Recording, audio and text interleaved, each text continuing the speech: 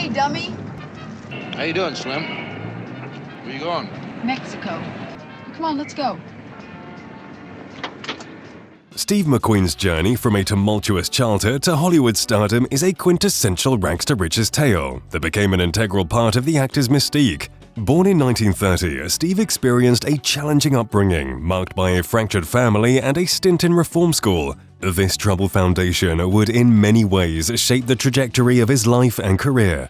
While McQueen's bad boy image endeared him to audiences, it also stirred controversy and created enemies within the industry.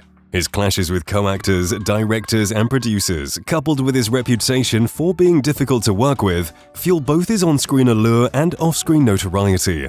Join us as we tell you who hated Steve McQueen the most and why. A lot of people go through life doing things badly.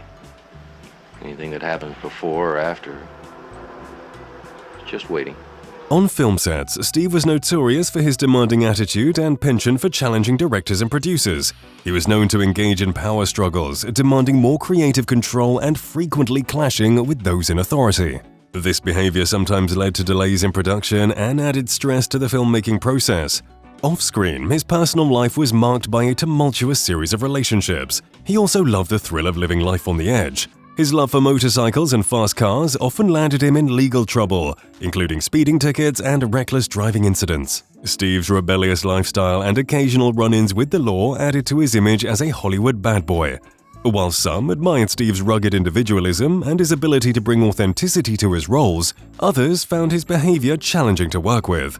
Due to his personality, Steve had more enemies than friends in the industry. From actors to singers, he had a long list of people who had a problem with him.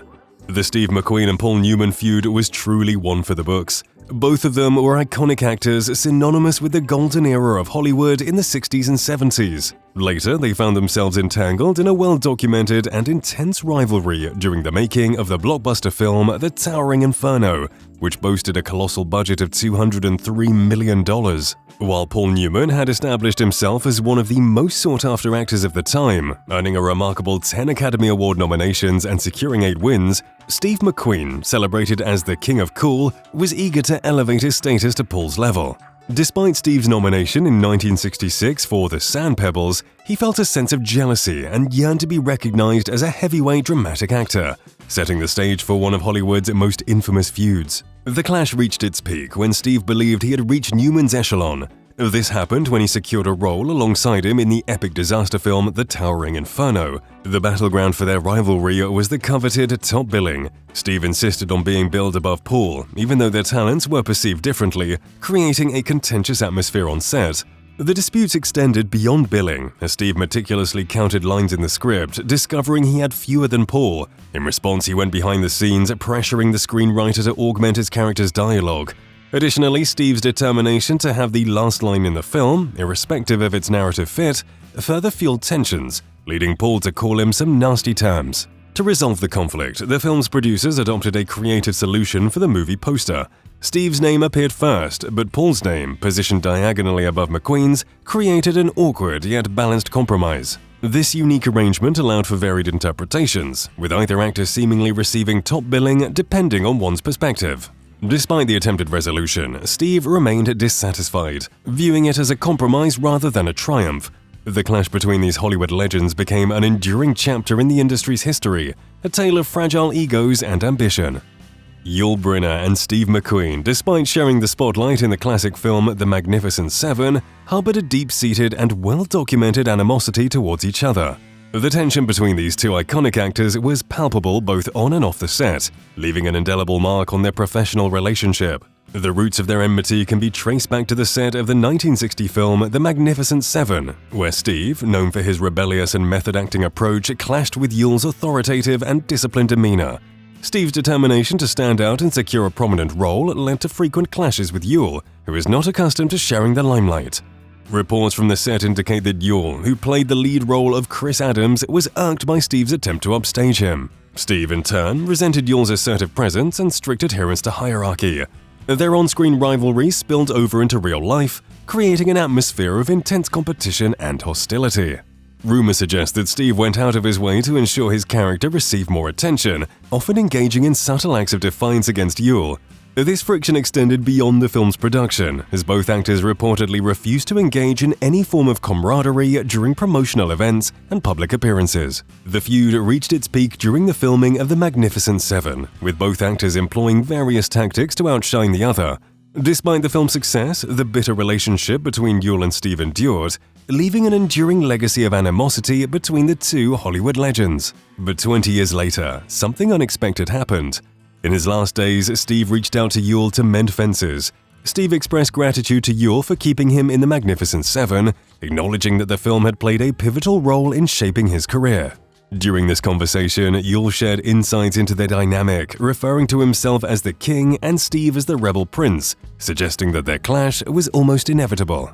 In his autobiography, James Garner delved into the unexpected grudge between himself and Steve McQueen. The strain in their relationship happened because of the film Grand Prix. According to James, Steve had a fervent passion for motor racing and wanted the lead role in that film. However, the role ultimately fell into James's hands and Steve's ego couldn't handle it. For Steve, the disappointment was palpable. His dream role had slipped through his fingers and the bitterness lingered. To ease his frustration, Steve eventually found solace in another racing film, Le Mans, released in 1971. Despite not achieving financial success, Le Mans went on to become a cult classic, showcasing Steve's genuine passion for the world of motor racing. Prior to the Grand Prix saga, James Garner and Steve McQueen had collaborated in the iconic film The Great Escape, where the two shared great rapport off-screen. The credit for this harmonious relationship fell squarely on James Garner's shoulders. Known for his patience and easygoing demeanor, James played a pivotal role in bridging the gap between their personalities. Steve McQueen even clashed with the king of rock and roll, Elvis Presley. It was majorly due to a romantic entanglement with the same woman. When the actress conversed with Elvis on the phone, Steve derogatorily labeled him a hick. Consequently, the actress chose not to collaborate with either star. While immersed in his Hollywood pursuits during the 1960s, Elvis engaged in numerous relationships. Despite initially focusing on musical films, his romantic interest expanded beyond the silver screen. In 1970, he found himself developing feelings for actress Barbara Lay, with whom he wasn't working. In the mid-60s, they had met briefly where they had a polite exchange between them. At that time, Elvis was in a limousine and Steve was on a motorcycle. The encounter remained inconspicuous until Elvis later entered a passionate relationship with Barbara.